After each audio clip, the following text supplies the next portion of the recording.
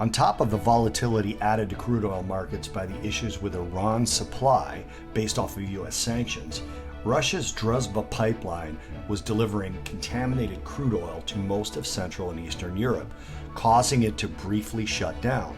While it's up and running again, the question then becomes, can Saudi Arabia cover the supply lost through the Iranian sanctions as well as potential supply disruptions from Russia? And the answer is simply no. According to the EIA, currently, Saudi Arabia has quick excess production surplus in the amount of just over 2 million barrels. If they were to need to replace Iranian crude oil, which recently has dropped to about 1 million barrels per day, plus any major supply disruptions from Russia, they would need help from the United Arab Emirates, Kuwait, Iraq. They do not have the spare capacity to make up much more than just the loss of Iranian barrels.